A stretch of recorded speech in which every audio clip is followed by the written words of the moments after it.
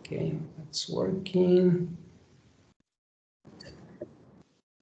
And I'm going to mute you all.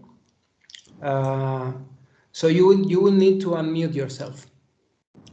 Okay. To do that, the control is in your screen. I see it in my screen. I see it in the upper part, a little mic. So you just have to click there, and you will be unmuted. Unfortunately, when I mute everybody, we will probably need to do that because sometimes people join without being mute. I cannot unmute yourself, so you have to do it. It's something that we cannot do from here. So I'm going to do that now.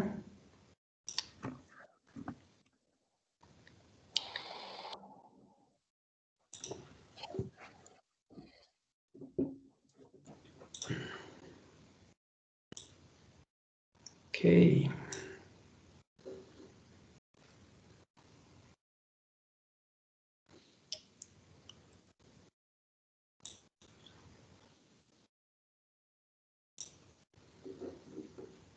Good.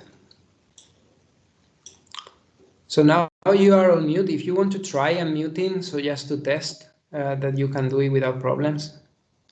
Now it's almost the right moment to do it. Yeah, okay for me also. Works. Perfect.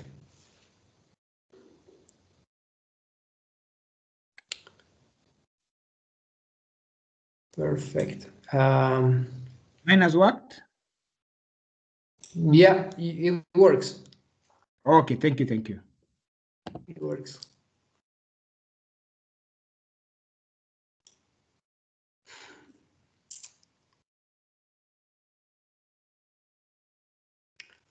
Okay.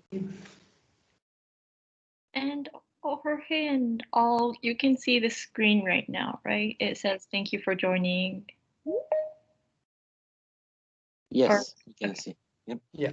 Thank you.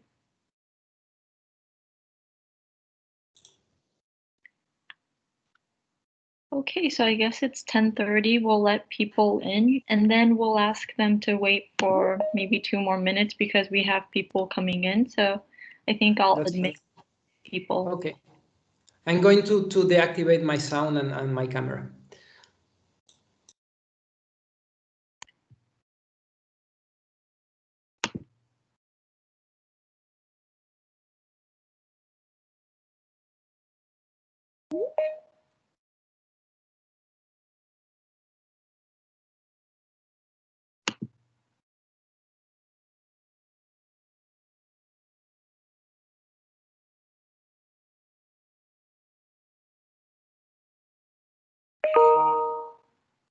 Thank you all for joining. We will start the webinar soon.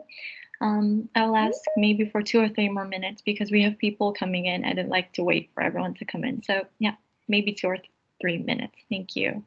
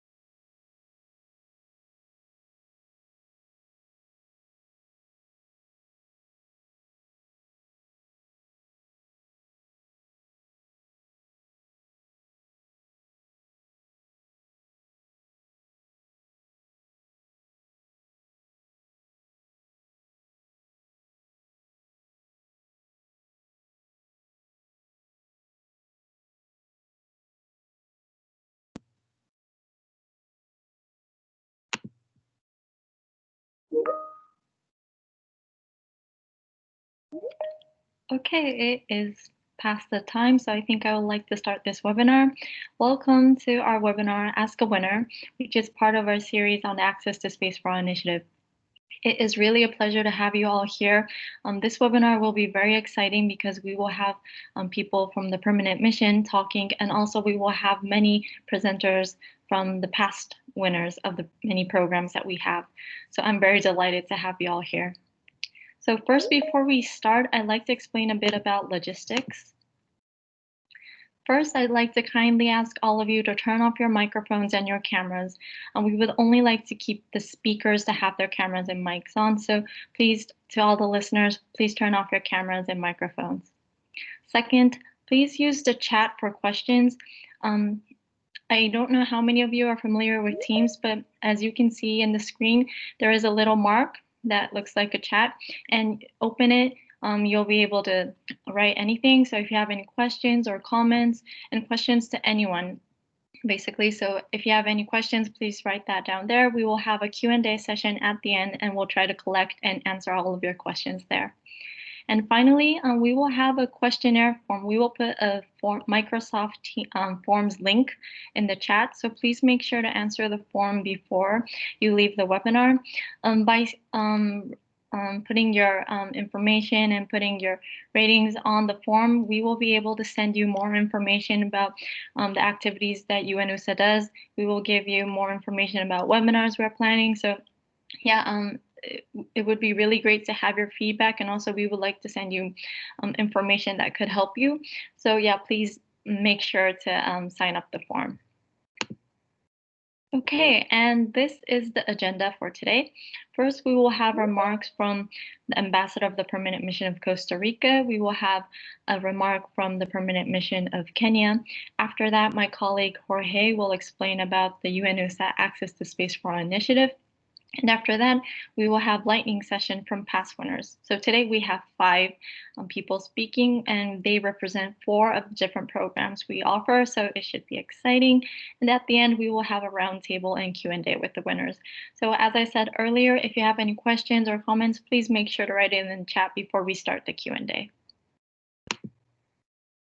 Okay, then I'd like to introduce our first speaker, who is the ambassador of the Permanent Mission of Costa Rica. Mr. Alejandro Solano Ortiz, you have the floor. I'm going to stop sharing.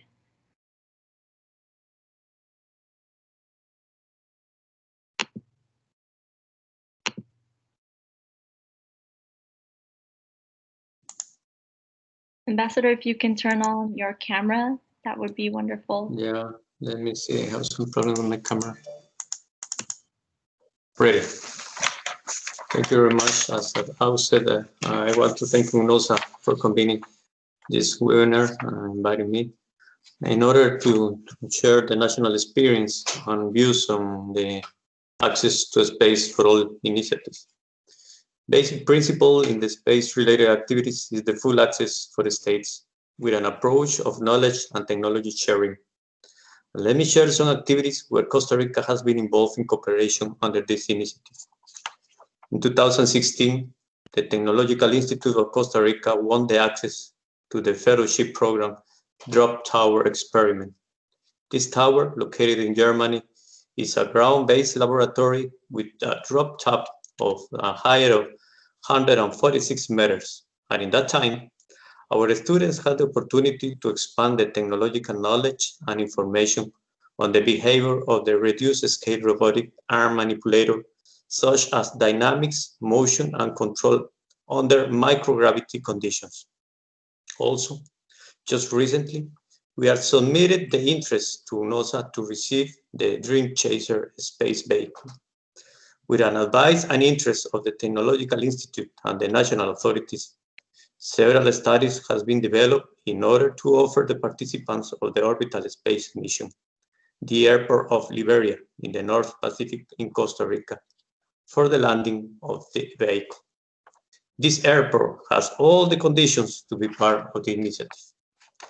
Costa Rica was the first Central American country to launch a satellite into space, and since then, our national experts are working in preparing the second satellite, as well as in providing technical assistance through partnership in different universities to the Central American regions.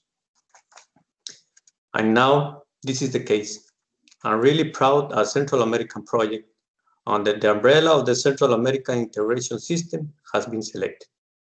The launch of a new satellite in 2021 with the aim to provide geospace information will be very useful to foster the resilience capacity of our region, one of the most vulnerable by the climate change in the world. In this context, I want to thank JAXA, Japanese Aerospace Agency, and UNOOSA in the scope of the CubeCube program for this opportunity. Important to highlight that this is the first time an international organization is selected. The Morazan project involves academical institutions of Honduras, Guatemala, and the University of Costa Rica and the Federal Professional Society of Engineers and Architects of Costa Rica, coordinated by our national expert and good friends, Carlos Alvarado. This project will allow to our region use technological tools in order to promote the SDGs. The space has and will have huge implications in our development. Through the space use, the humanity will benefit in many areas. In itself, the use of space science and technology will be essential and fundamental for the benefits of all humankind. Let me conclude with a phrase of our astronaut Franklin Chang, who said, "No one gets anywhere without the help of someone else." Recognitions to UNOOSA and JAXA for supporting this initiative. I thank you.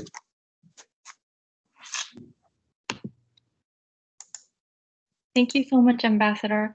It is always a pleasure to have so many countries take part in our initiative.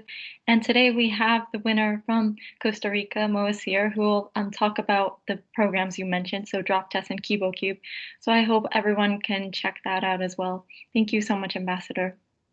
Next, I'd like to introduce the second counselor of the Permanent Mission of the Republic of Kenya, Mr. Glance T.E. Etyang. Mr. Glance, you have the floor.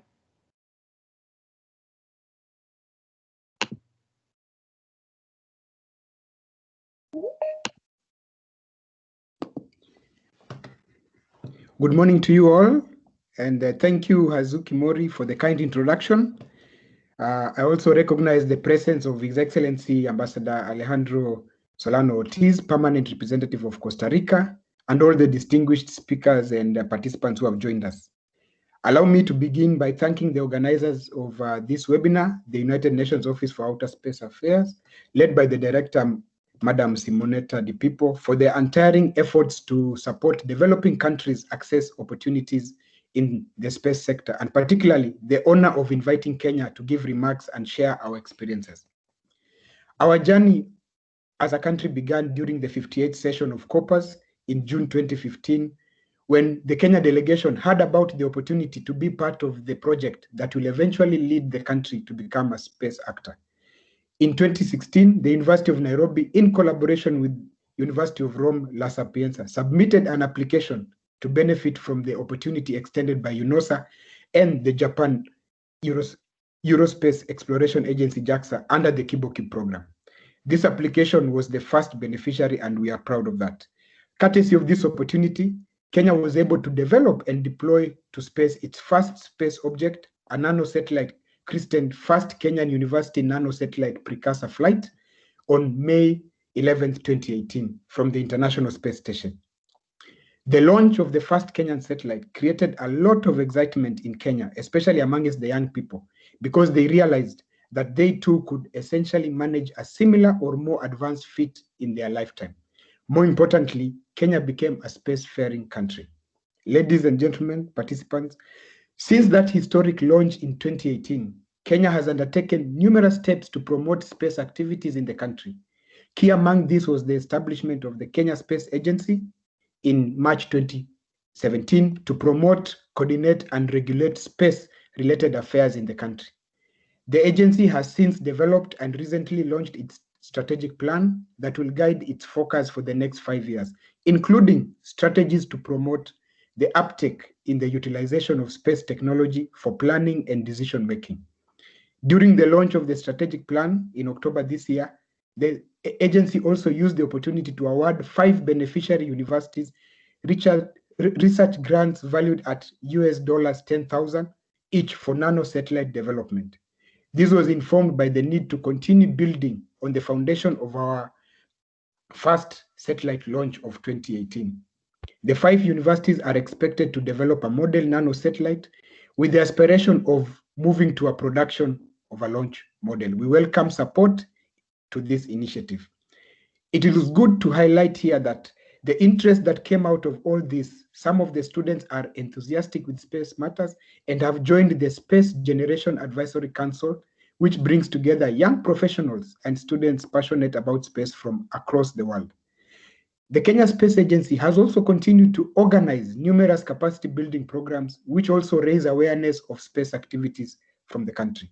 For example, in November 2019, the agency organized a hands-on training course on education program for technical advancement satellite development, which was offered by UNISEC Global with support from Nihon University in Japan.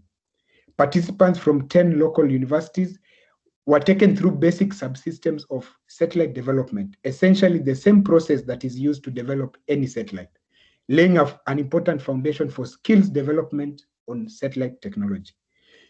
Ladies and gentlemen, one of the key challenges for any development country is the lack of requisite and adequately trained and skilled human capital in space science and technology, since it is a highly specialized field of study. Small satellite development, therefore, provides a unique opportunity and a cost-effective approach for any developing country to build its capacity. Kenya is keen to tap into the development of small satellites to build critical skilled human capital to spearhead the growth of our space industry.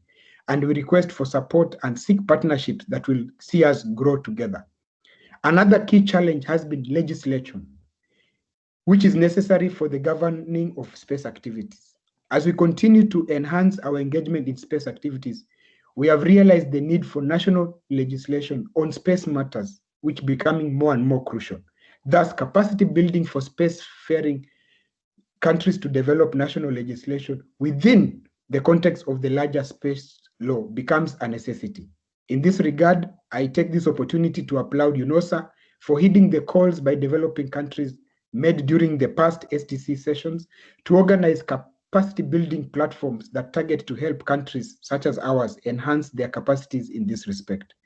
In concluding, participants, distinguished ladies and gentlemen, I wish to reiterate that space science and technology has the potential to ignite technological advancement in developing countries. Such advancements could immensely benefit our countries in terms of building the requisite human capacity in space-related disciplines and promote socio-economic development. UNOOSA could therefore consider new spacefaring nations from the developing world, including Kenya, as hosts for future international symposiums on basic space technology. We believe such discussions in such platforms, particularly on how space can be used to support the 2030 Agenda for Sustainable Development, will help put into perspective how we can all use space together to address the challenges that hinder nations from achieving sustainable development. Finally, thank you all for listening, and I believe in all these endeavors will go a long way in anchoring the development and growth we have witnessed in our country, and I believe in all the developing countries that have a nascent space industry, leading to the reality of access of space to all. I thank you so much.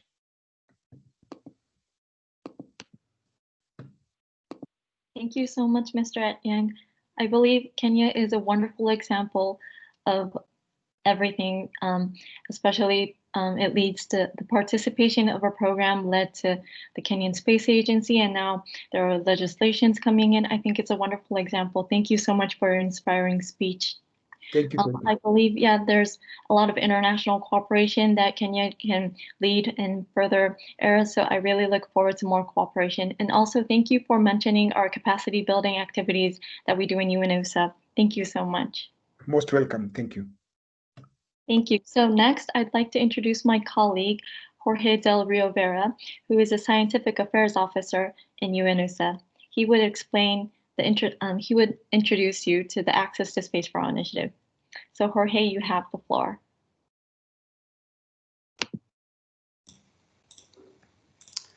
Thank you, Hazuki, for the introduction, and thanks to our previous speakers from the Permanent Mission of Kenya and the Permanent Mission of Costa Rica. It's really an honor to have you here. Thank you for your insightful remarks and the support to the United Nations Office for Outer Space Affairs.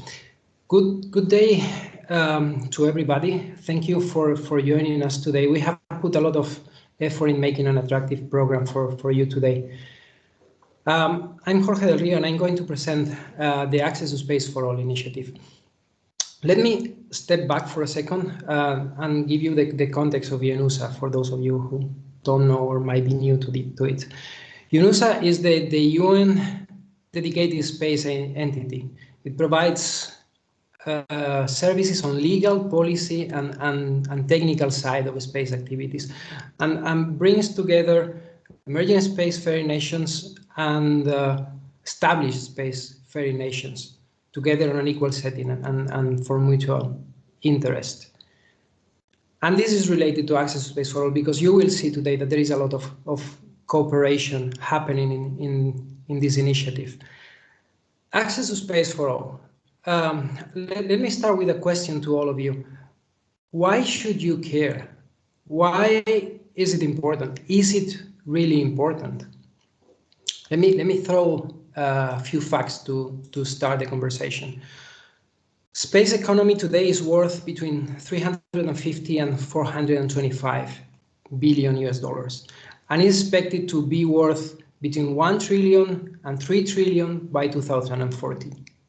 As you can see, there is an upward trend there, very marked one. Space employment hit an 8-year high last year. There have been almost 39% growth in the launch activity in the last decade. And last year only, there was an average of almost 2 launches per week. I mean, I still remember when a satellite launch or a rocket launch was hitting primetime news. And now it's almost an everyday thing. There are 95 countries that are members of COPUOS, the Committee on the Peaceful Uses of Outer Space.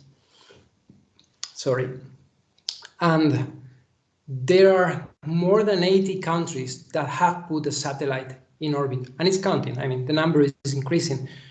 2 of those countries have put a satellite in orbit thanks to KiboCube, one of the opportunities that are offered under the Access to Space for All initiative in cooperation with the Japan Aerospace Exploration Agency. And this is economic facts. You can be thinking about, well, okay, why should I care? I mean, what is the contribution in reality of space to building a sustainable society? And it has been mentioned before. There you have the 17 Sustainable Development Goals. Nearly 40% of the targets that are underpinning the 17 Sustainable Development Goals can be supported by 2 space technologies, Earth observation and global navigation satellite systems, GNSS. And that was a report, a study that was done in the Office for Outer Space Affairs. Below the Sustainable Development Goals and below the targets, you have a number of indicators, 231 indicators that are measuring the progress towards the achievement of the goals and the achievement of the targets. And I'm sure you all know the Sustainable Development Goals. And if you don't know the Sustainable Development Goals, it's because you have not applied to one of the Access to Space opportunities recently. Because in the recent opportunities, we are asking you to put a link between the objective of your application, what you are trying to do, the experiment, the satellite, and the Sustainable Development Goals. We want to see that relationship because that relationship exists. For instance, the office is delivering a lot of capacity building efforts. That's related with quality education. We deliver capacity building efforts in a wide array of areas related to space. If you are looking to Access to Space for All, you're looking at Sustainable Development Goal number 4, quality education, you see that there is a target below. As I said, goals, targets, and indicators. That target says by 2030, substantially increase the number of youth and adults who have relevant skills, including technical skills. And this is where access to space for all comes into play. And by now, probably you are asking yourself, okay, access to space for all, I heard it already 100 times from you, Jorge, what's that about? Well, the goal of access to space for all is to provide hands-on opportunities. We are focusing on hands-on in this initiative. And we are providing access to research facilities and research infrastructure that otherwise would be either too difficult or too costly to access. And this is our main goal. We in the office have been delivering capacity building for almost 50 years. In 1971, the program of space applications to enhance the furthering of knowledge and the exchange of knowledge on space applications was created in 1971. So we are almost in 2021, which would be 50 years. And 10 years ago, we started offering hands-on capacity building opportunities. And we noticed that there was a high demand, and that was requested by people. So 2 years ago, we created the Access to Space for All initiative. The Access to Space for All initiative, what it does is try to create capacity from A to Z by a series of opportunities that are arranged in a very specific manner. And we are building capacity in a sustainable and responsible manner. And you will see what that means in a couple of slides.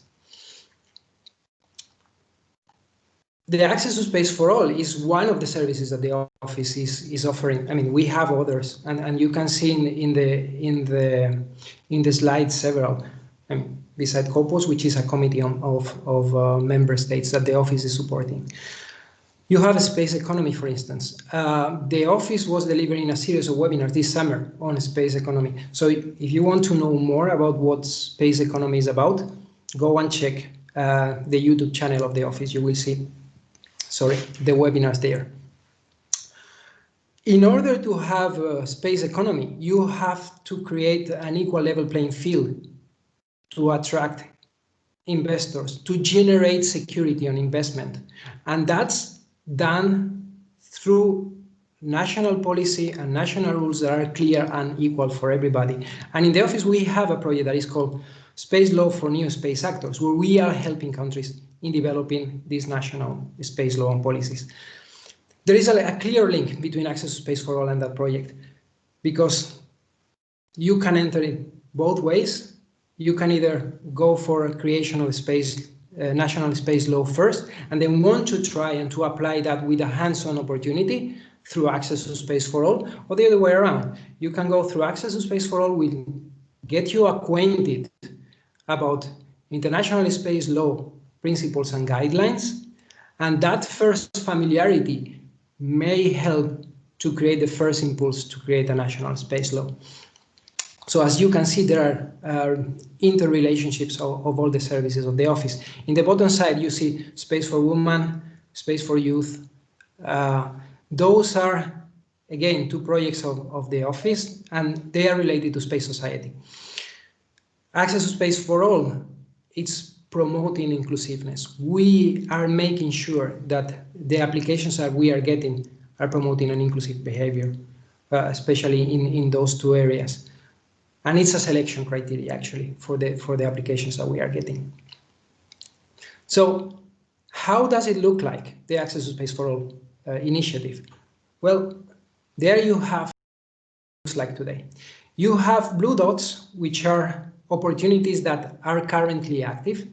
It doesn't mean that we now have a round open, but it means that they are in progress. They are in different stages of having winners. I mean, some of the opportunities have previous winners, some of the opportunities are in selection process, so they're in a mix of states. There you see also gaps, which are marked by red circles. And this is where creation of capacity from A to Z enters into play. What we are trying, and let's look at the hypergravity and microgravity track, is to create smooth transition from relatively easy opportunities, and I'm not saying that they are completely easy, relatively easy opportunities, to the creation of a capacity which is delivering a payload in microgravity in one of the in-orbit facilities that exist. So it's, as you can see, there is a big jump from ground to in orbit.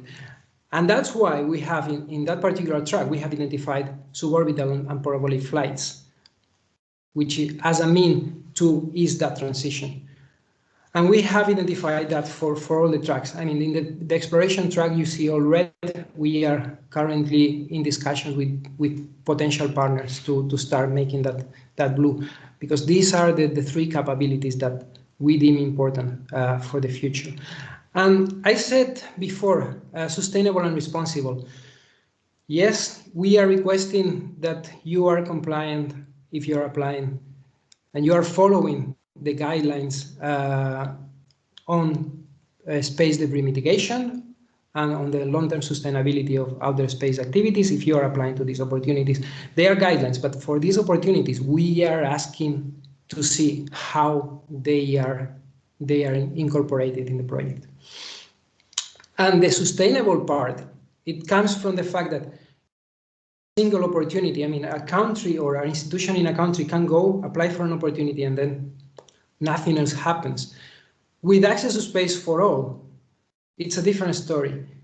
You see more steps along the way. You can apply for an opportunity, but it's not the end. You have other opportunities that will help you in building that capacity. And this is the difference between single opportunities, not organized, and the Access to Space for All initiative, a structured program that has impact across all the societal pillars.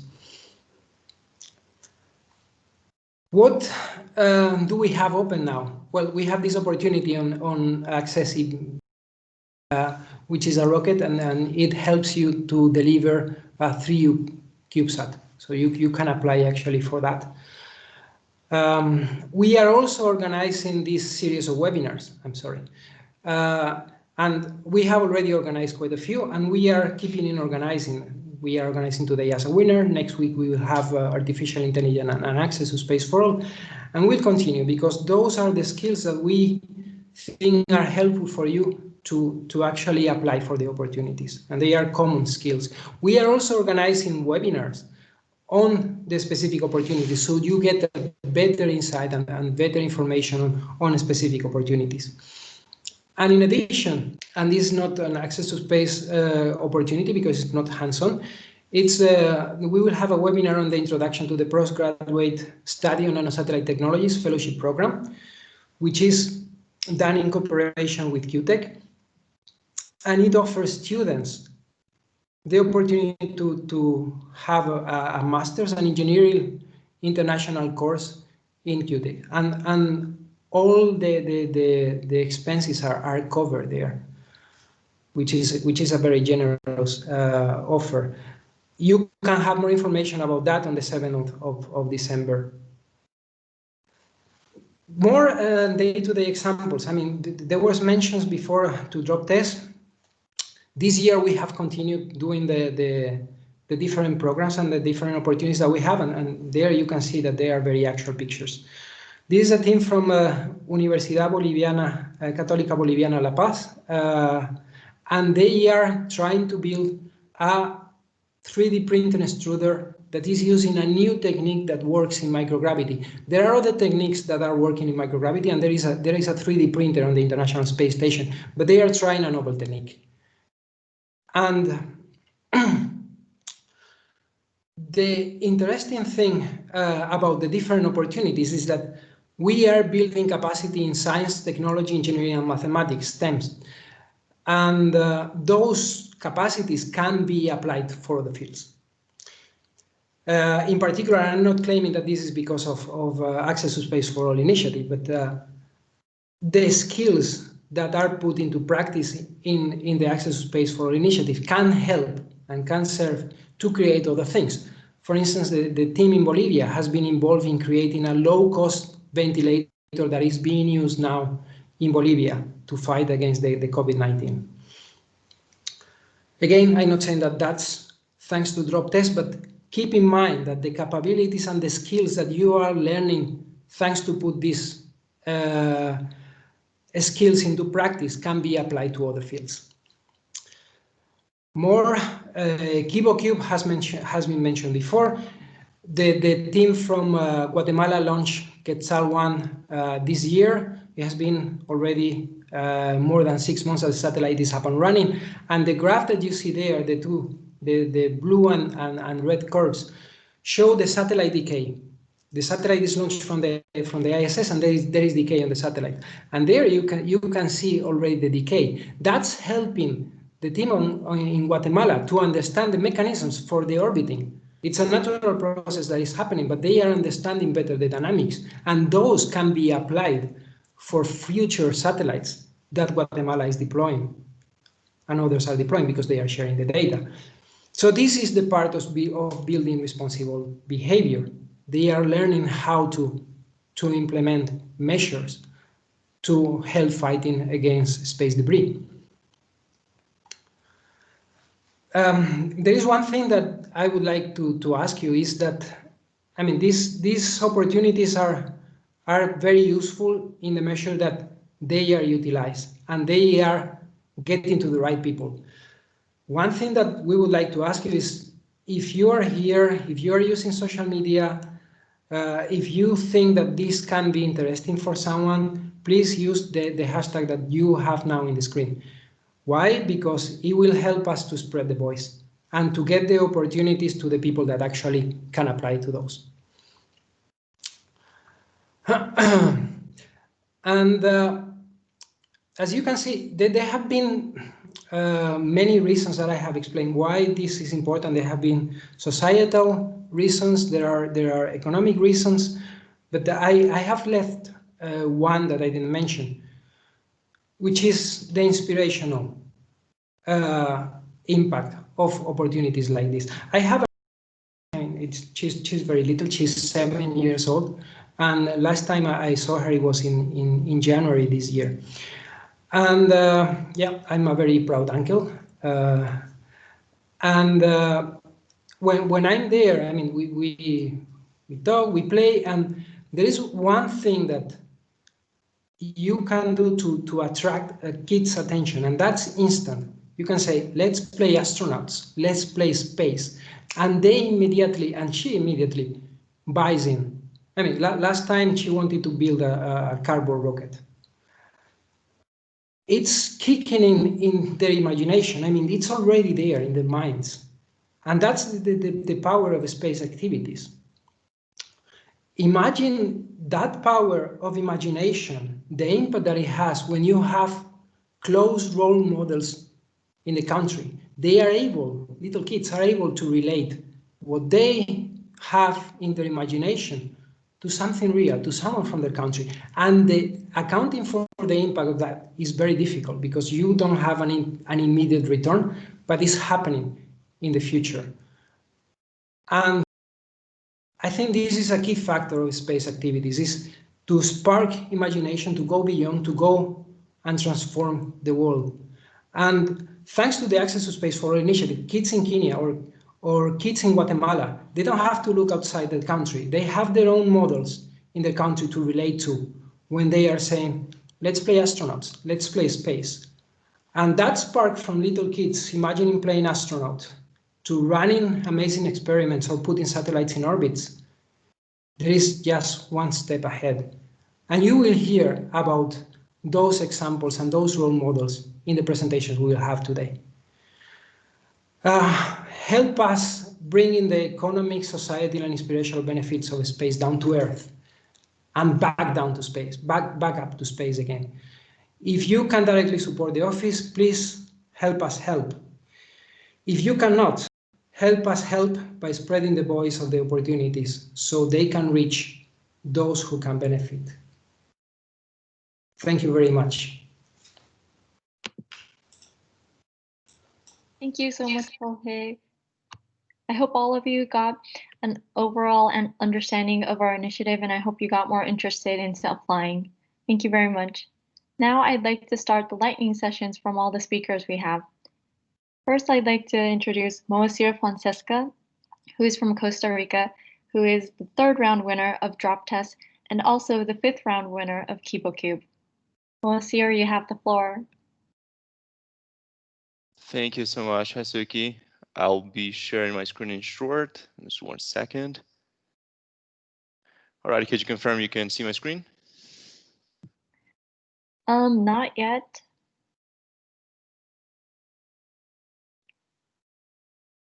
Just 1 second. I'm gonna try again here.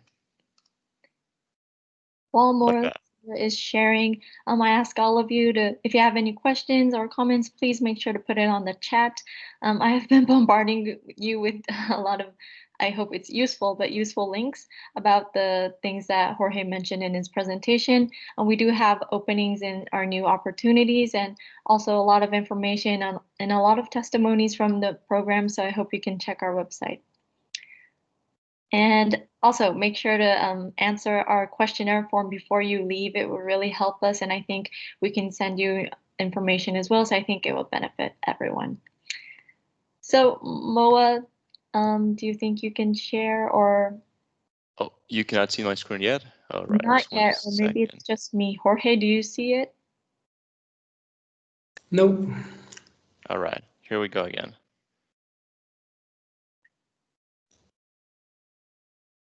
Can you see it now? Honestly, Supposedly it's showing.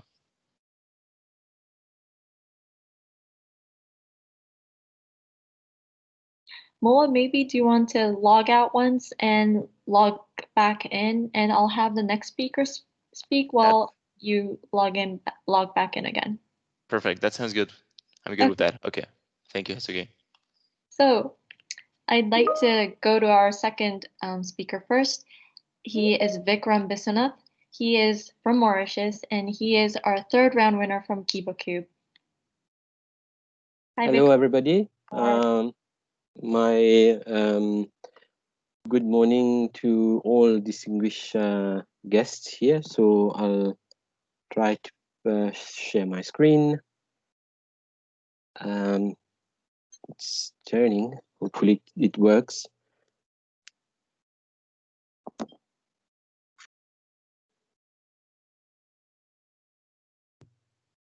Yeah, we can see it. Still. You can see. Okay, great. So I can start now, right? Okay, so this is I'm from Mauritius. So just yeah. So I am from Mauritius. Work for the Mauritius Research and Innovation Council. So for those who don't know, Mauritius is a very small country located off the coast of Madagascar, 2,000 square kilometers. And we are doing very well, as you can see in the different statistics especially in Africa. So I work for the Mauritius Research and Innovation Council. We are a parastatal body working under the aegis of the Ministry of Technology. And our main objective is to foster inclusive innovation and creation of new knowledge for Mauritians by Mauritians and building capacity into the regional and international collaborations. So we seek to improve the lives and livelihood of people, and especially focusing on emerging technologies. So how did we get to know about the KiboCube program? So as I said, we work very closely with government. So our mission, permanent mission in Vienna, apprised the Minister of Foreign Affairs about this program on KiboCube in January 2017. So as I said, we, the MRIC, we are looking into new and emerging opportunities. So we said, let's give it a try. The first attempt was unfortunately unsuccessful. But then we happened to know in a subsequent workshop that we were runner-up, and we were fortunate to have the different places where we were weak, and we, in the second attempt, we managed to correct it and associated ourselves with the radio amateur, local radio amateur, and fortunately things went well. So now we are well in the development stage. We have been collaborating with AAC Clyde from UK, and the satellite is currently under third review by JAXA. So hopefully we will be delivering by early Jan 2021, and perhaps in May, June 2021, it will be in space. So the aims of objectives, as we all know, is to acquire new knowledge in this new field, and eventually to build capacity and create awareness on this new and emerging technologies. And we got to know the very various numerous opportunities which it can offer to Mauritius as a small island developing state, and especially with our vast exclusive economic zone. So all these throughout the development of the Kibo Cube, we have been thinking, and eventually everything seems to be leading us to the creation of a space program for Mauritius. So we have organized training sessions, which is in the program for capacity building for secondary school students. We have helped them to build their own antenna with the help of our radio amateur. And interestingly, they have been able to capture images of our region. This is really interesting. So what opportunities this offers, this for our country is really a historical event, and it's for the first time in our history of 50 years of independence, we are embarking into the new space era, especially on our advantage, our geolocation. In this side where we are, we happen to be very well located. And eventually, if we play our cards right, it could be open a new socioeconomic pillar for the country. What we saw is that through the training is that we have very enthusiastic youngsters really willing to learn more, and government is fully supportive in our initiative. So the Kibo Cube has really, as I said, open new avenues for us. We learned that we need to believe, because many people, when we talk in our entourage, they sort of laughed at us when we were saying we are going to put a satellite in space, and this is hopefully becoming a reality for us. So and as Jorge mentioned, this new program, as I said, we face several challenges, and hopefully it opens a new vision for us to be able, using space and satellite technologies, satellite data, on how we can tackle this issue. So I'll end here by thanking UNOOSA and JAXA for this opportunity, and I would be very glad to take any questions. So if you wish to contact us, this is our address, and we have a website, spacemauritius.com. We also have hashtag MIRSAT1. Thank you very much. Over to you, Hazuki. Thank you so much, Vikram, for your inspiring presentation. We are really looking forward to the next steps of the satellite, and yeah, it would be great to see a successful satellite deployment. So thank you so much, Vikram. Next. Yeah. One question, Hazuki, we'll be taking the questions afterwards, right? Yeah, we'll take the questions at the end at the Q&A. So we already do have questions, which is great. So yeah, we'll take it at the end. Thank you, Vikram. Okay, maybe I can get back to Moaz here if he is able to share his screen. Do you want to try, Moaz? Yes, let's give it a try here. Just 1 second. Hopefully this time is going to work. Yep. While Moaz is sharing, I'm really happy to see some questions. As I said, we'll have a quick Q&A at the end. It's really, you don't really get to ask these many people so often, so I really recommend that all of you, if you have any questions, to make sure to ask all these winners, because they are doing an amazing job. And yes, Moaz, we are seeing your presentation. So happy to hear about it. Thank you, Hazuki. Okay, great. So we're good to start. All right, thank you, Hasuki, for the introduction. It's really a pleasure to be here. I appreciate the effort from UNOOSA that you're taking to put this together, and of course to give us a space to share our experiences, and hopefully that these experiences will somehow create a positive impact or inspire others to take action as well, and take really advantage of all the opportunities that UNOOSA is offering for us here. So, well, hello, my name is Moacir Fonseca. I'm from Costa Rica, and as the Mr. Ambassador mentioned at the beginning of this webinar, well, we have been somehow involved regionally in two different opportunities offered by UNOOSA. And I was myself, I had personally the honor to be involved in both of them. The first one was a drop test third round. My team and I were the winners of this drop test third round, and right now Kiba Cube round. So I'll try to I tried to put together both experiences and condense it into a single presentation, and hopefully I can convey what both experiences were in parallel here throughout the presentation. And I'll be sharing the experiences from drop test on the left of my screen and the experiences from Kiba Cube so far on the right of my screen. So first of all, these are part of the teams on the left. For drop test, our microgravity experiment was, as Mr. Ambassador mentioned previously, related to the analysis of a scaled robotic arm manipulators under other artificial gravity conditions. And right now, through KibaCube, we are in the process of working on the development of the Morasan satellite, which is going to be a satellite launched in cooperation between 3 different countries in Central America and under the umbrella of a very important political organization regionally, which is the Central American Integration System. So I'll start sharing some experiences here. First of all, how did you learn about the opportunity? Well, in the drop test case, this was quite a coincidentally, there was a presentation about drop test during the United Nations Costa Rica workshop on human space technology, which happened in 2016. And there was a presentation on behalf of the German microgravity and aerospace research about the drop test opportunity. So why not?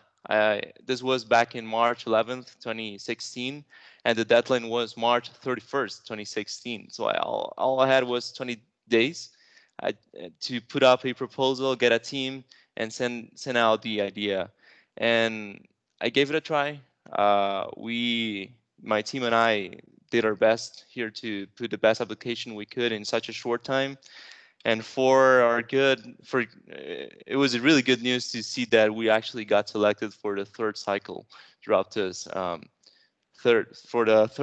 drop test third cycle, and really a great opportunity that was kind of a serendipitous here to get to know about.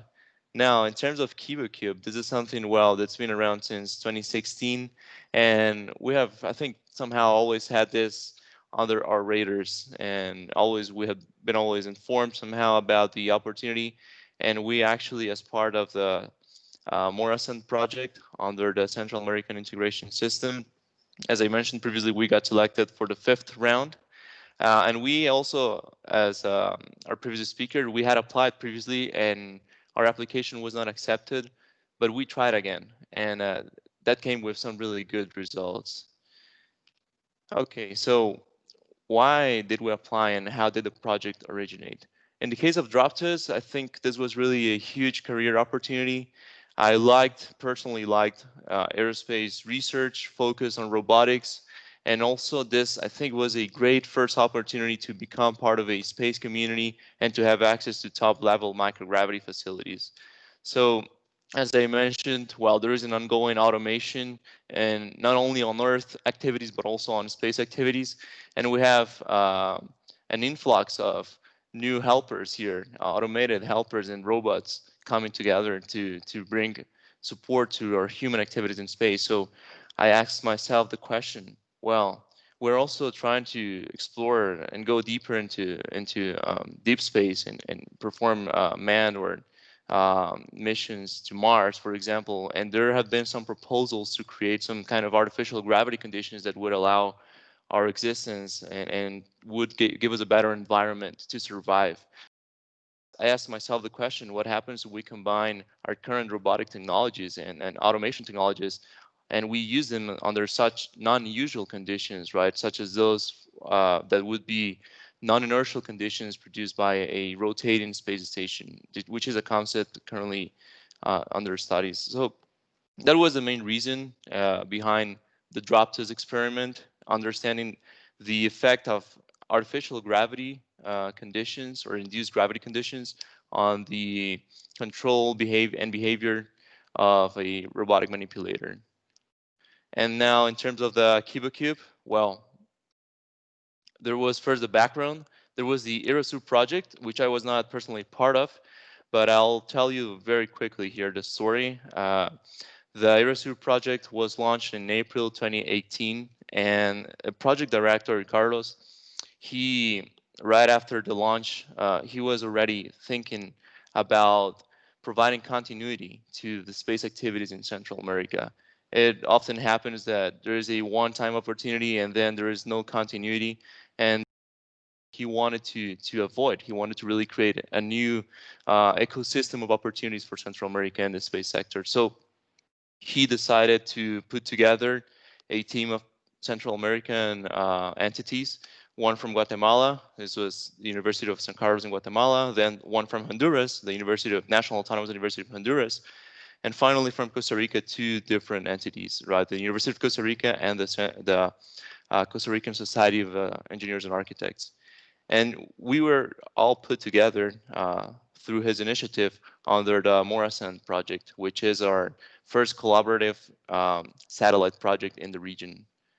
So beyond this idea, there was also a purpose behind this, and I'll try to be brief here because the scientific mission is very dense, but I'll try to be very brief.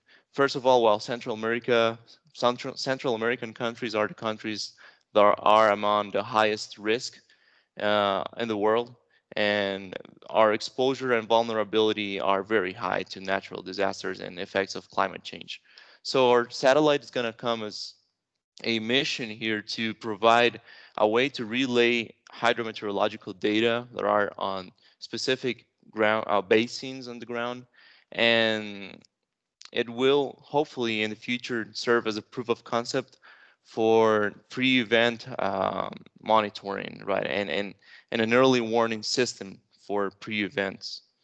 And then on our second mission, the idea is for the post-event, we would like to have a additional redundant communication link for the communities that are mostly affected by the event itself, the natural disaster. As you may know, telecommunication systems are usually the first to be damaged under specific, really harmful, say, natural disasters. So we want to have an additional relay or communication means here.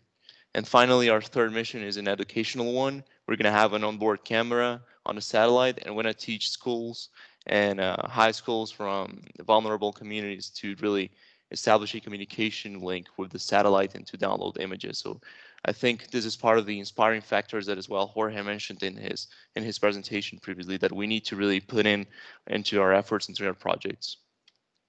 This is a short video from the drop, and it's just like a 20-second video. During the 5-second free fall from the drop tower in this case, what you see here is two robotic arms performing a set of predefined movements.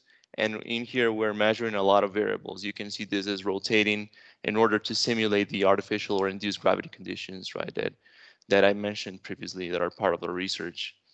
And this is a short video. This is all of this is taking just 5 seconds in reality. It's, of course, it's slowed down. And with regards to KiboCube itself and Morrison project, we recently launched our development phase. So this is our team. There are no satellite pictures or designs I can show you yet because we just got started on this phase.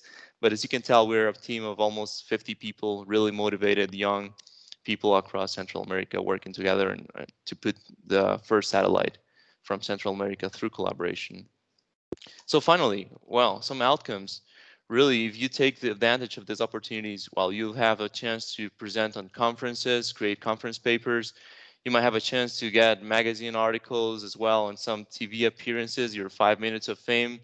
And beyond that, as Jorge mentioned again, there's an inspirational factor, inspiring the youth. That's the power of that is really hard to measure. And of course, well, through KiboCube, we have also gained some new opportunities for international cooperation. We have now more clear timeframes since we know that we're going to have the capability to launch the satellite into space. And well, new opportunities for international cooperation have been opened as well. So that's really, really important. Just after KiboCube, this have only been, I know, a small fraction of all the benefits we're going to have for the future. And now hopes for the future. While mixing all of them together, why not? In terms of microgravity, creating or building our own Central American micro-G tower facility, then of course further development in Central America, and why not using KiboCube and piggybacking from our experiences through KiboCube to create a future satellite constellation for Central America. So finally, thanks to all of these organizations. It's been really a pleasure to be part of 2 projects, and I just want to really encourage you all to take advantage of these opportunities that UNOOSA is offering. You might be just one webinar away or one application away to really be transforming not only your personal lives or professional lives, but really your regions. So thank you very much for this opportunity again, Hazuki and Jorge. Thank you so much, Moacir. I think this is a great example of how our opportunities will, as Jorge mentioned, we have different tracks. So how the hypergravity track can actually lead to the satellite development track. So it's really great to see this. And it's really nice to see that there's a lot of international cooperation in the new program that SICA is doing under KiboCube. So yeah, thanks so much for this inspiring presentation.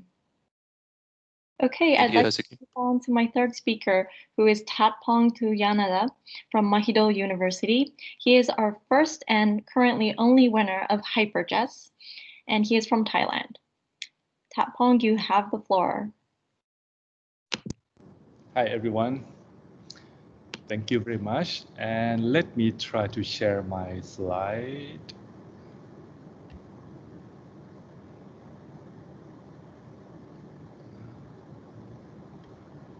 Yeah, while Tatpong is sharing, I'd like to ask everyone to engage with their questions and also make sure to answer our questions. And I've also added a link of Hyperjets. It is a relatively new opportunity, so if you're interested, please make sure to check out our website.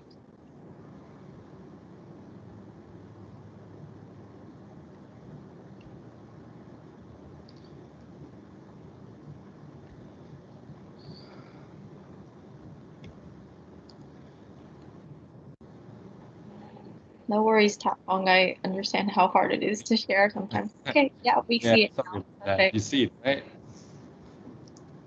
Okay, so let's get started. So hi, again, I'm Tatpong Tuliananda from Mahidol University in Thailand. And our team is lucky enough to get the spot in HyperJS program in 2020. Okay, so first of all, let's talk a bit about our current project in the lab. Okay, so first of all, our goal, the whole goal lab, which is the plant biology and astroculture laboratory, is to find a suitable plant for space use. Maybe it can be for space travel or maybe interstellar colonization in the future.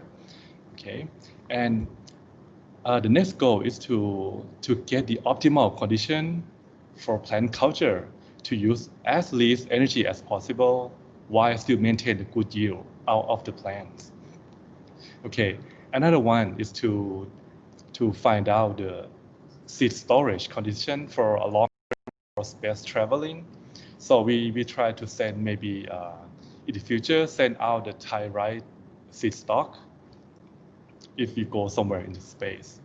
Okay, and right now, currently the watermeal, which is our plant for the HyperJet program, is being observed as a model for space-related plant research. Okay, so Currently, our project, we have 3 main projects running in the lab. So the first one is called National Space Exploration, or NSE, which is initiated by GISDA, or Geoinformatics Space Technology Development Agency in Thailand, back in 2018. Okay, the next one is ongoing, the HyperJazz, which is initiated with UNOOSA and ESA. Okay, and the last one is called AHIS, or Asian Earth in Space, which is under collaboration with JAXA and NASDA, or National Science and Technology Development Agency in Thailand. Okay. Okay, so let's talk a bit about the National Space Exploration Program in Thailand. So our goal in this program, the aim is to study the Asian water meal, or Wolffia globosa, under microgravity. Maybe in the future, the plant can be a good candidate for food source or oxygen source production in space during space traveling. This project is launched, expected launching period maybe in next year or 2 years, because the NSC programs, we have a lot of projects that's still waiting for launching, but every single project will be related to microgravity research and technology. Okay, and as you can see, in this project, we already pick water meal as the plant model, but so while we are waiting for our launching time, our team was like, hey, maybe we can work on something else while waiting for the microgravity research. Why don't we work on the hypergravity research? And that's why our project is initiated, which we will talk about it later. Okay, so let's move to the next one, which is the Asian Earth in Space. The AHIS project is launched by JAXA and NASDA, and this one, they want to compare the Thai herbs that grown in controlled environment on Earth in comparison to the one that grow in International Space Station. This project will let all high school students around the country to apply and acquire seed and equipment from NASDA, and then they have to design their own experiment and then compare with the one in International Space Station. This one is very interesting, and we are lucky enough to be part of this project. Okay, and the second one, the AHIS program, project 2, is to study the impact of space environment on seed germination. For example, the mutation in embryo, the seed viability and germination. Okay, so what's going to happen with this project? So the seed will be sent to International Space Station in JAXA's keyboard module for a few months before returning back on Earth. And then we will study the seed germination and so on. Okay. And from our first project, which is National Space Exploration, or NSC project, so our team member already worked on the hypergravity research of water meal in the lab. So then we got an opportunity. So we heard from our colleague that, hey, so UNOOSA is launching the program about hypergravity. Our team should apply for it. And then, okay, well, we cannot miss this opportunity, because not just me go there to work on research, but our whole team can be there. And then we can develop a lot of skills, and then maybe collaboration with ESA, right? So for the HyperJazz, we would like to study the adaptation and yield of Asian water meal under hypergravity environment. Actually, we can do it in the lab, but our equipment can do the spinning for a few hours, but for ESA's machine, the hypergravity period can be much longer, and it will cover the whole life cycle of the plant, which is pretty short, like 4 or 5 days.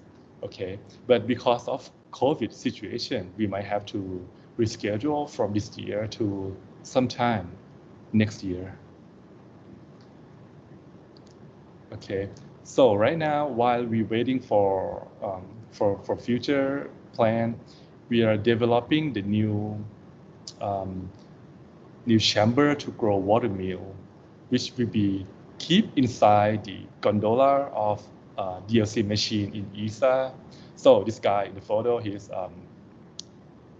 engineering student in Mahidol University, and he's working on development, the prototype of the machine, of the box, the chamber, to, you know, with light sensor, with LED, with maybe camera module, and then we put inside the gondola of the machine in ESA. Okay, so what is the impact in community level? So after we acquire HyperJet opportunity, we can expand the space-related knowledge and awareness in Thailand, because actually this is a very big news in Thailand, that research team from Mahidol University got a position to work in ESA facility in the Netherlands. So after the news spread out, we got a lot of contact. We got a lot of invitation. Hey, why don't you come to our school and to talk with the kids about what are you going to do in Europe about space-related program. Okay, and the next one is that because this one is the flagship program in astroculture, we kind of start producing intensive research environment. So we invite a lot of students, a lot of colleagues to build the collaboration and start working on some space-related project. Okay, and by teaming up with other organizations, we kind of encourage them to step out of their comfort zone. Because in general, in Thailand, we don't have much opportunity to work on space-related project. But this opportunity can open their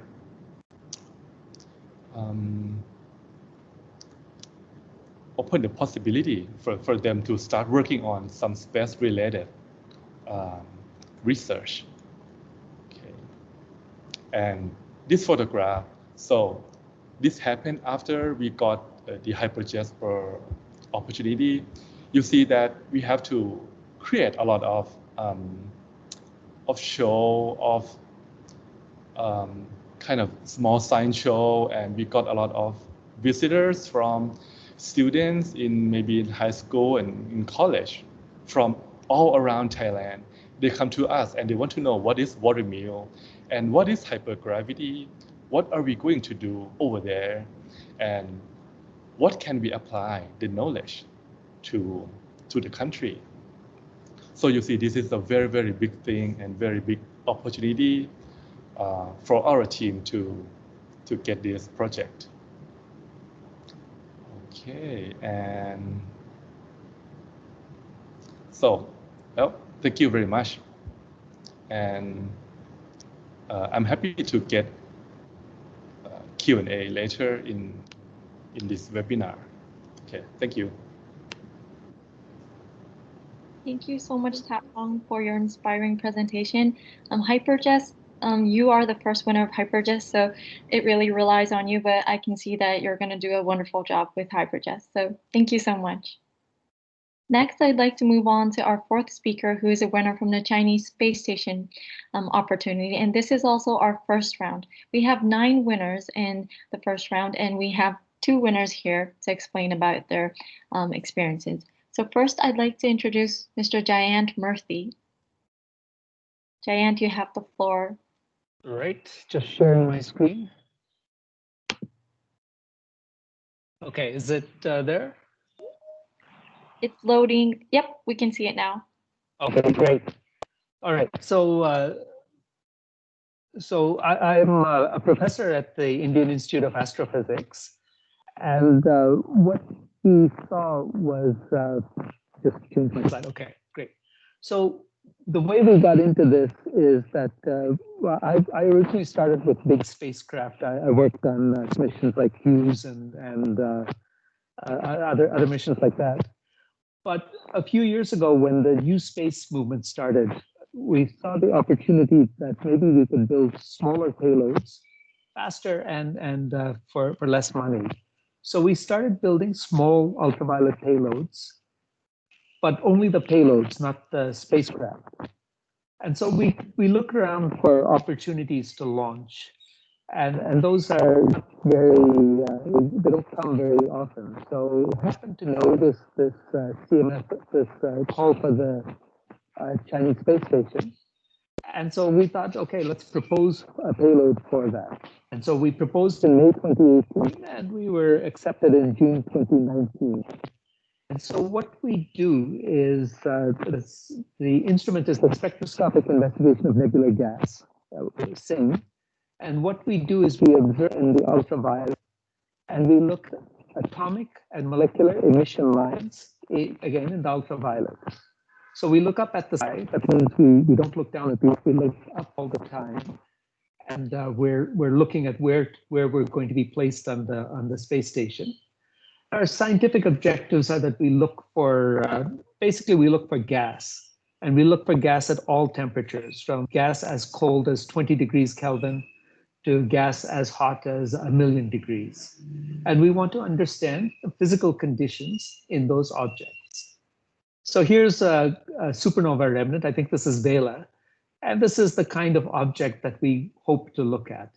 And we will get spectra that look like the picture on the right. And the important thing here is that by looking at the different emission lines from this, we get to see what is present. So in this particular spectrum, you see 5 times ionized oxygen. You need 100 million, you need 1,000,000 degree gas for that. We see things like carbon-4, maybe you need 100,000 degree gas for that, and so on.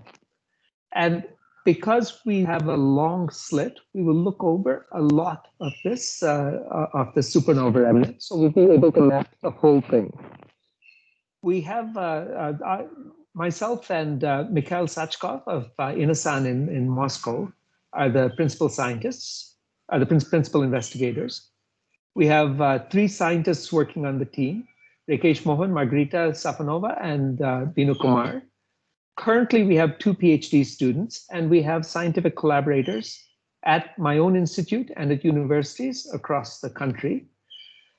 In our last program, over the last 5 years or 6 years, we've had a total of 5 PhD students, all of whom have graduated and have gone on to other places. Right now, our status is that we're completing the design of the payload. This is what it will look like. We're procuring the material, and we're planning to assemble the payload in mid-2021 and deliver at the end of 2021. So this is a very rapid timetable. Space programs never happen on this time scale. Typically, they take 10 years or so. And so we're trying to cram all of that down into a year or 18 months. So our main challenge is, of course, we're all affected by COVID. Our institute was shut down for about 2 months. Our students are just starting to come back, the people who actually do the work. We have a lot of financial constraints. Now, typically, when you think of space projects, you think of something that will cost a few $1 million. So we're trying to do space science on about $20,000. We have everything for this particular experiment. We have that. And that's thanks to funding from my own institute and our Department of Science and Technology, and from INOSAN in Moscow. So what we hope to do with our entire program is that really what we're doing is we're developing manpower. We're developing people who are trained in space technology and who know how to do space missions. And on the way, we hope to do some science. So I'd like to thank the UN Office of Outer Space Affairs and the Chinese Manned Space Agency for all the help that we've had over the last year or two. Thank you. Thank you so much, Diane. I understand that COVID-19 must have a lot of impact, but it's really great to see that everything is in progress and you're trying to make sure that you're meeting the schedule. And we really look forward to the launch and the actual event of you having your experiment in space. Thank you so much. I'd like to introduce our next speaker, who is also a member of, also a winner, sorry, of the Chinese space station first round. She is Tricia Lynn Louise LaRose. She is from a team from Norway, France, the Netherlands, and Belgium. Tricia, you have the floor. Yes, hello everyone. Thanks very much, Hazuki. Only my mother calls me by my full name, so you can refer to me as Tricia. I'm just going to share my screen. Here we are. And can you see the PowerPoint? Yes, we can see it. Wonderful. Great. Hello, everyone. My name is Dr. Tricia LaRose. I'm the principal investigator for Tumors in Space, which is a paradigm-shifting cancer research experiment at the intersection of stem cell biology and space technology. I, as the PI, am located in Norway, so this is an official collaboration between Norway and China under the coordination of the UN. However, I'm supported by 14 collaborators from 4 countries, including Norway, Belgium, France, and the Netherlands. And the team has hundreds of years of combined experience and more than 1,000 peer-reviewed publications, some of which are quite groundbreaking.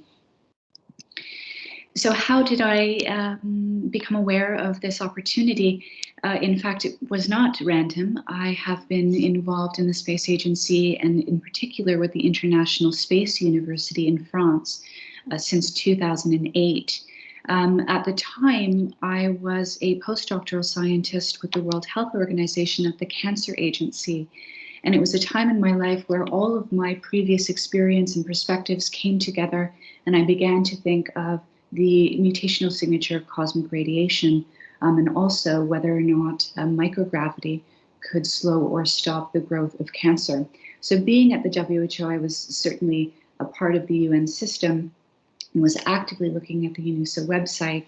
And you can see here on this slide, down on, which would be my right-hand side, orbital opportunities and the China Space Station. And what was very unique about this opportunity is that the China Space Station and the China Manned Space Agency were particularly looking for groundbreaking research that had not been conducted previously. In the next slide, I'll explain this a little bit more in detail. I'm currently a member of the SciSpace-E working group for ESA, which is designing the roadmaps for the experiments on the International Space Station for the next 10 years.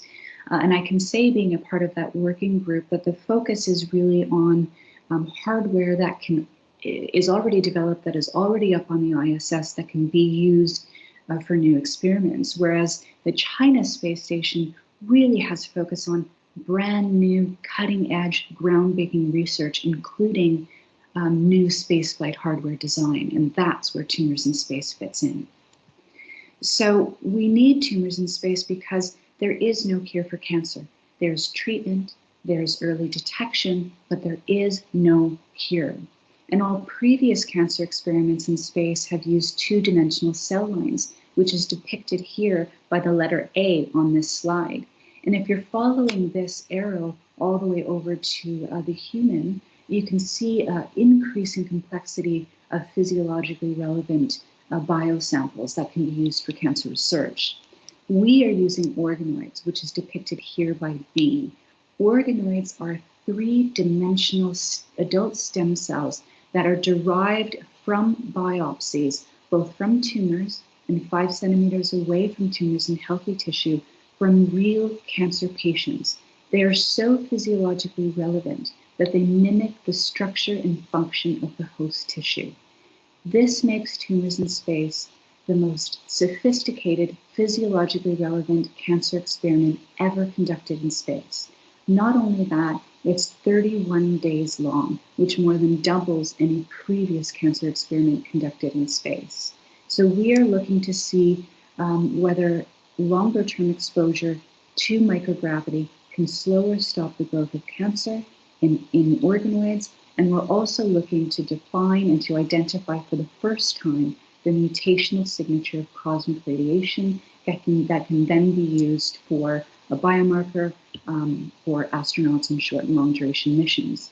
At the same time, this complex experiment requires many years of ground research. So we have an entire suite of ground research in simulated microgravity, hypergravity using large diameter centrifuges. We have ionizing radiation, heavy ion radiation, parabolic flight, and of course we're designing the spaceflight hardware from scratch. So this is quite a complex experiment with quite a bit of preparation.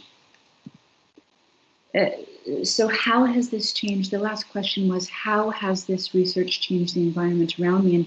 And I'm seeing some questions in the chat that are really about being inspired and being brave enough and being bold enough to ask these questions, divine these research questions and hypotheses, and put forward your idea through a scientific peer review process. And I can say for myself that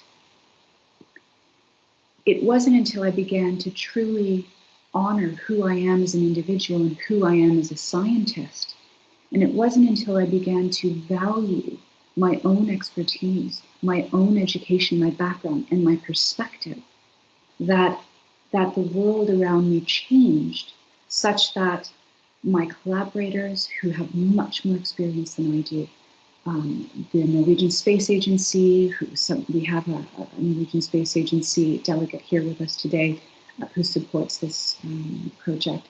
It wasn't until I really believed in myself and I took the risk of being a free electron and put myself out there in order to attract the right people, the right opportunities, the right funding. So it really wasn't my environment that changed first. It was me, myself, my confidence, my drive, and my belief in myself that changed, and then my environment followed. So I'm happy to take questions, and thank you to UNOOSA, the China Manned Space Agency, for this opportunity, to the Norwegian Space Agency who supports this project, and of course my 14 collaborators in 4 countries. Thank you very much. Thank you so much, Tricia, for your interesting presentation. It's really great to see the experiment that you're working in. And also the last message, I think, is really incredible, that we have to believe in ourselves, and then the environment around us could change. So thank you so much for the inspiration. And I'm just trying, Hazuki, to unshare my screen. Have I done that successfully? Yep. Wonderful. I think okay. Thank you. So thank you so much. I'd like to move on to the Q&A. I'm seeing it right now. Okay, so the first question is from Abhiseka. So what are the opportunities to participate in space bio-gadget development programs? Is my colleague Jorge there? Maybe he can elaborate more on that. Jorge? Yes, hello. So the question was, what are the opportunities to participate in space bio-gadget development programs? And there are different opportunities that can serve to that. I mean, Tricia was presenting the collaboration that we have with the China Manned Space Agency. We had also another opportunity with Airbus on Bartolomeo to put a payload on the outside of the International Space Station. And we have been taking several steps to get another opportunity up and running with Sierra Nevada Corporation, and we are working to get more. It depends on the type of experiment that you are running. Also, there was the presentation on HyperJess, which is hypergravity experiments that you can do on ground. That was also on biological organisms. It was on watermill. So it actually depends on what exactly you want to achieve. You may get into one opportunity or the other. It actually depends on your requirements. But have a look at all the opportunities. They are in the Access to Space for All webpage, and hopefully you can find one that fits what you would like to do. We are doing all these opportunities in partnership with many institutions and private companies. And we cannot do this without their help because we don't have access, or we don't own an infrastructure or a facility. So those are put at the disposal of the program thanks to the collaboration that we have with different entities. I think that answers your questions, I hope. Thank you. Thank you, Jorge, for that clear answer. We do have drop tests as well that does microgravity. So if you want to test initial parts or fundamental parts, I think that would be a great opportunity as well. So thank you so much. Okay, our next question is from Carlos. It's for Vikram, but I think I'd like to ask it to all the winners. So yeah, maybe Vikram, you can start. So Yes. The question Thank is you. the main challenge in order to ensure sustainability on your activities. Yeah, so I think the main challenge is the capacity. So you may, as you might be aware, Mauritius, we are a very small country, and this opportunity is really a lifetime. So we do not have the capacity. Our universities are yet to develop their own faculties and or space faculties.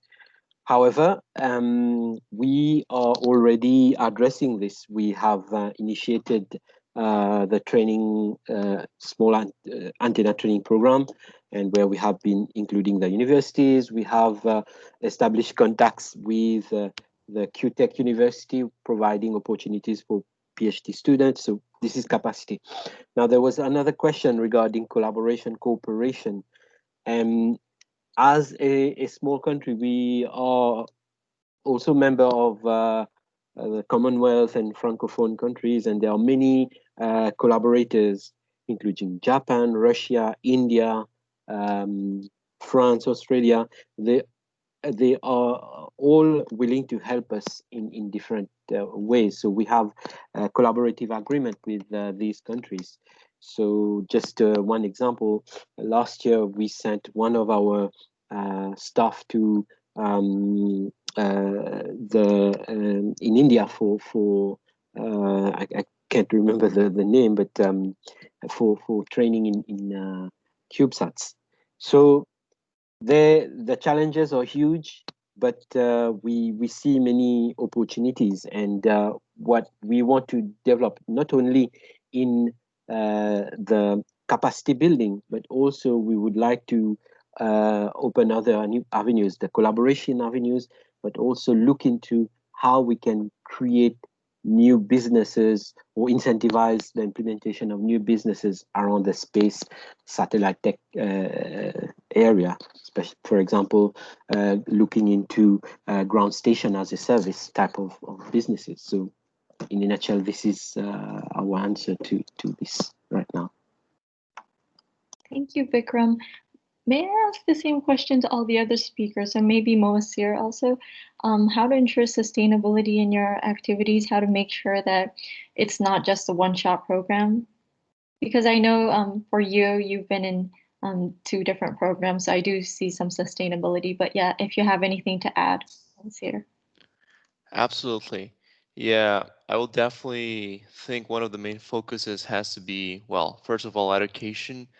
This usually as well from the perspective of a developing country, and when you think about space, it sounds like something really unreachable, and that's what we need to change. We need to shift that mindset, right? And that starts from early in the beginning of our education. So as part of the Morrison project, I think that's one of the main things we have considered. How to really make this sustainable is, first step, you have to really change that old mindset from thinking that space is something for just the big countries to really that it is something that can be achieved locally, regionally, right? And that's why we implemented a educational mission, which is has hope of reaching dozens of children, right, in schools, so they understand this is something that's on their reach they can do. And yeah, and secondly, I think really having a lot of collaboration and a good institutional framework of collaboration, right? Having political entities, but as well educational entities and professional societies, as is our case, I think that's been helpful as well. Thank you, Moa. May I ask the same question to Tapong? Sure. So yeah, so Washir already answered a lot of answer that I have in mind, but for me, I think not just the researcher who is responsible for the sustainability for the project. It has to be from the government support as well. This is a very big deal because, you know, research kind of run on money, right? And money usually is from government. So if we can encourage the government to see the benefit of space research, that's going to be very sustainable for everyone. So I guess that's my answer. Thank you, Tapong. Also, Jayant, do you have any comments on this about sustainability? Yeah, I need to re-emphasize Tapong's comment about support. We really do need support for this. And we do think that there's a great opportunity here because the price has gone down, so the cost has gone down so much. So we can do reasonable things. See, we insist on doing science because we're a scientific institute. Well, to do science, you do have to have some basic resources. Now, we've been managing on proposals, and now it looks like we do have more proposals going in. This is always uncertain. And so just trying to keep the student program going, where we are training students in space-related activities, that does need support. And so that is our biggest challenge in having a sustainable program. Thank you, Jayant. And also Tricia. Yes, thank you. I think my response is slightly different than the others. Given the complexity of this project and that it is cancer, which of course is a heavily funded scientific area, I'm not as concerned with funding. So the greatest challenge for me right now with sustainability is actually my own time. I'm employed as a medical advisor for the Royal Norwegian Air Force. And so my time allotment for Tumors in Space as the principal investigator and the coordinator for this large project is only 20%. This means that I need to work evenings, weekends, holidays, because I'm administratively and scientifically responsible. So the time commitment, and particularly the time commitment working across time zones. So for example, when I'm communicating with my colleagues and mentors in China, their Monday is our Sunday. And so working across time zones is quite challenging. And because of this time constraint, it means that the administration is quite heavy and that the science is delayed. But in terms of funding, we've secured our first round of funding, and I'm quite confident that once we have our preliminary results for our ground-based studies, we'll have our second round of funding as well. So from my perspective, it's really quite a time crunch and administrative workload handling such a large international project across time zones. Thank you so much, Tricia. I think we had a lot of different answers from a lot of different perspectives. So thank you so much. And I think it also relates But the next question is, thanks for this amazing webinar. I have a question to all the winners. What has been the most difficult part of the journey? Did you have to make a lot of convincing effort? So I understand there's a lot about funding and a lot about sustainability was also mentioned. I know there's time, and international cooperation always has time zone issues. So yeah, I believe a lot of you have a lot of different things to mention. So maybe I'll start the other way around. So maybe Trisha, I see you have answered part of it in the chat, but maybe, yeah, you can summarize it and yeah, mention it again. Yeah, sure. You know, there's quite a number of things that could be said, but I would like to draw attention to the fact that I am the only female principal investigator here today, and the only female PI that was selected of the 9 experiments to fly on the China space station. And I'm not a sociologist or an anthropologist, so I can't give reasons why this is the case. But women in space and in science in general are extremely underrepresented. And so, you know, for me, the biggest challenge was believing in myself and was deconditioning myself to be able to take the risk to share my ideas with trusted individuals who could then help me build on my research program.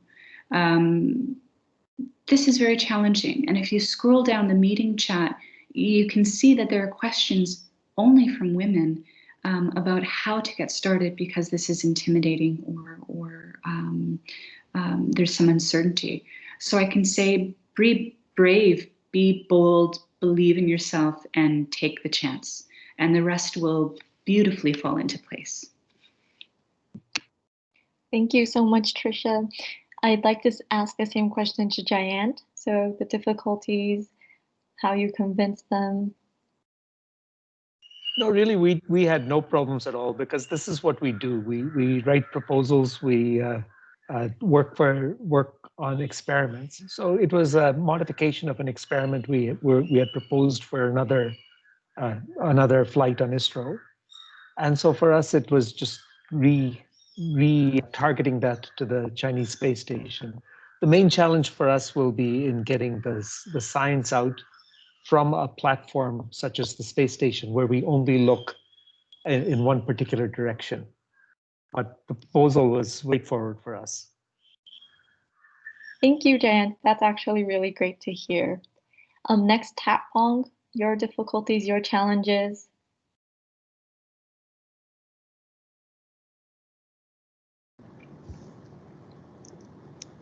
Okay, so my big challenging is that same as Tricia, so it is about time commitment because I'm a full-time faculty, so I have to teach, I have to take care of students and to do research, and not just one research project. So it is very hard to work on, even though I don't have to deal with international collaboration for now. I know that during the day I have to teach, and then later on I have to work on research, and then at night I have to sometimes grade assignment or answer the question and so on. So, but because I'm a young faculty, so I have still have a lot of work to do by myself. But in the future, when our team expanded, we might have to, distribute the work and maybe better in time adjustment. So that's the answer. Thank you so much, Tapong. Vikram, can we have your answer to this, the challenges?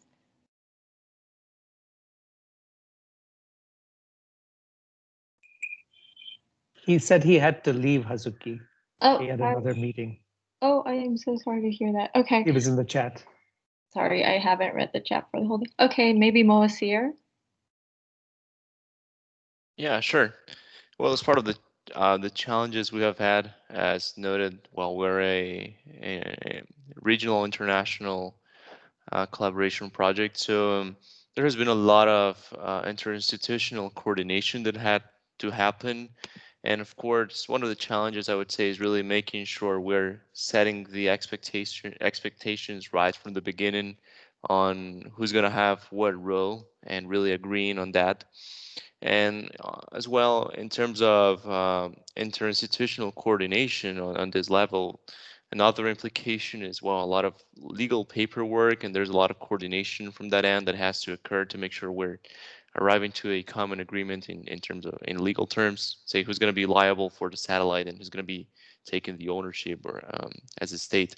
And of course, I think some future challenges we might I might foresee as at this stage is we're going to have, well, hopefully an influx of different funding sources. So managing the influx of different funding sources, right, coming both from academia, I mean, from the universities as well as from government and other partners and so on, might be one of the potential challenges of administratively complex project, right, and such as this one. But yeah, I think that would be my main 3 points in this case, in this question. Thank you, Moacir. Okay, I understand we're running out of time, but I'd like to pick up the questions that are in the chat. The one that is directed to Vikram about cooperation in satellite development.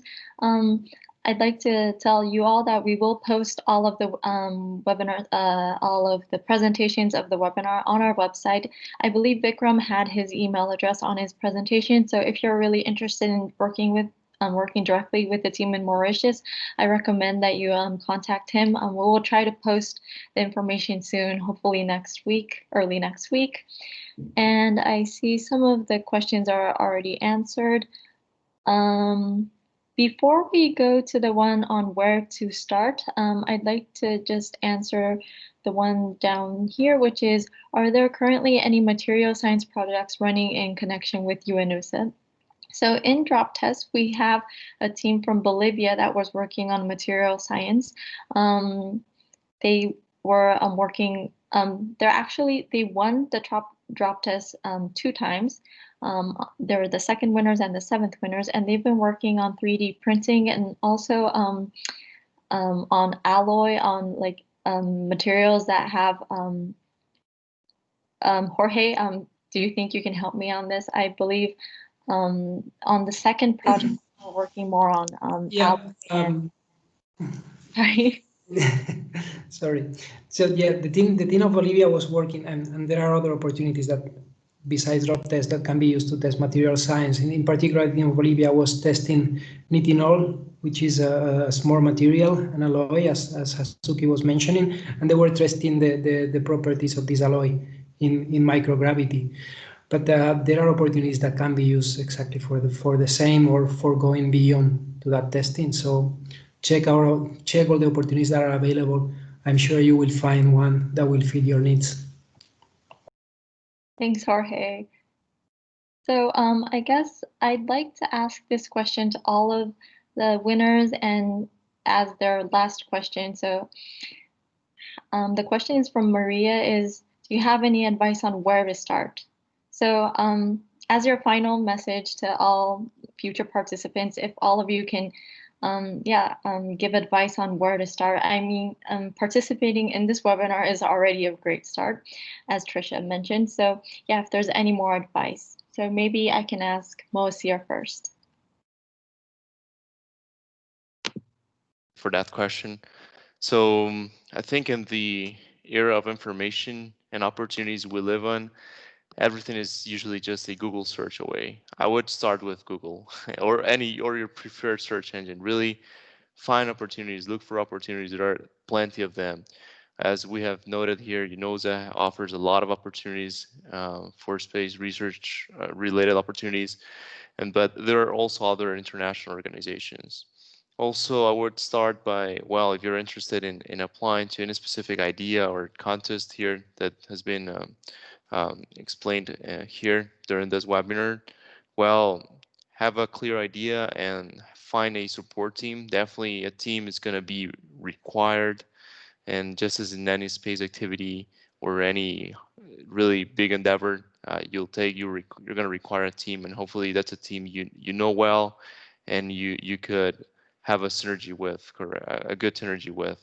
And yeah, so find opportunities, they are there. I mean, use all your available research tools, have a good team, and I think this webinar is a great start, a great place to start as well. Thank you, Moasir. Maybe I can ask the same questions at Tap Pong.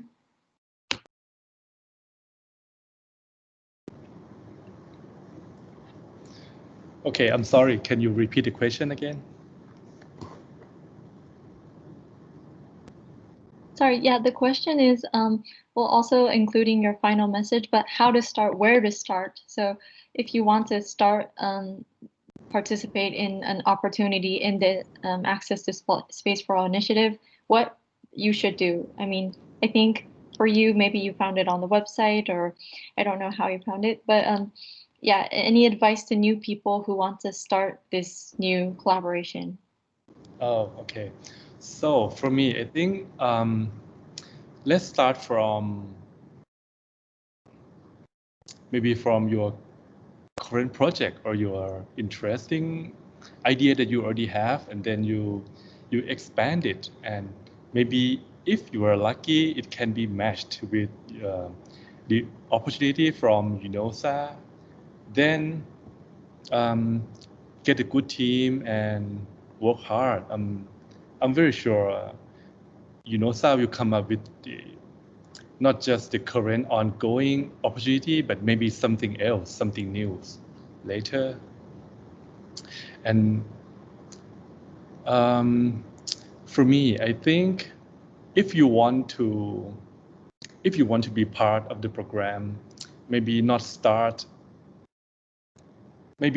you should not design the project that can be applied to the program, but start out from something that you already have in mind, or you're already working on it, and then try to apply to the access to the program from UNOOSA. And my final word, it should be, do not give up. Just do it. But you have to work hard. You have to be, it is a big commitment.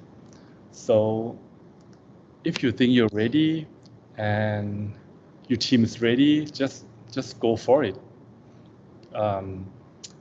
Opportunity is not coming every day for you. So yeah. Thank you so much. Yeah, thank you so much. Definitely, I think it's like to try and to move now. And lastly, yeah, Jayant. Yeah, I think they made great points. Both Moasir and Tatpang made great points already. The only thing I want to stress is that it is important to have this support group. And so look for a support group. I think any of us here would be happy to talk about our experiences. Just send us an email and we'll be happy to talk. And look for local academic institutions. I'm sure people are willing to help. Look for that support group. Thank you so much, Diane. Yeah, having a support group is definitely important for continuing and also sustaining the project, but also to start the project. So thank you so much. So my chat is not working very well. I hope I answered all the questions that were in the chat. But yes, the time is running out, so I'd like to end this webinar with this. I really appreciate all of your participation and all the engagement that we had in the chat, so thank you so much. All the contents of the webinar will be uploaded on our website, so please make sure to check that out. And we'll put the recordings as well, so if anyone missed out or they weren't able to participate, please send out the information. We will have another one in the afternoon, and we will have different speakers from the different programs, so that if that may be interesting. So if you are interested, please make sure to check that out. And also we will post the webinar for the afternoon one on our website later as well. So make sure to check that out. And also please make sure to answer the questionnaire before you leave. As I mentioned earlier, the feedback from you is really essential for us. And also, we will be able to send you more information about our webinars, about our activities. So yeah, I hope it will be beneficial for both sides. So I'm sorry it took, it was over 1 hour, but I hope it was really beneficial and it was really interesting for you. Thank you to everyone who participated, and yeah, we hope to see you in our next webinar soon. So thank you so much. And to all speakers, to all the presenters, we will take a little photo at the end. So if you can stay and turn on your cameras, that would be great. And to all other participants, thank you so much. So yeah, maybe the speakers who are still here, well, I guess this is it, I think. Do we have the permanent missions here, or? Okay, I think this is just us now. So maybe you can smile at the camera and my colleague Jorge will take a picture. Jorge, let us know when you're done.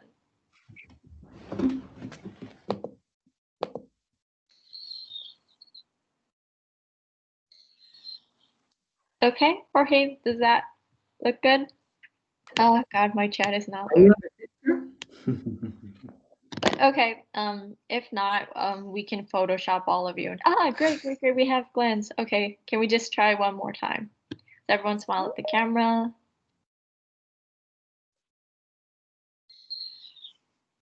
Okay, thank you. I think we can Photoshop. Thank you so much, everyone. Have a nice day, evening, wherever you are. Thank you. Thanks for arranging this, Hazuki. Thank you so much. Thank you for organizing this, Jorge, Hazuki. Have a good one. Take care, everyone. Bye. Take care, everyone. Bye.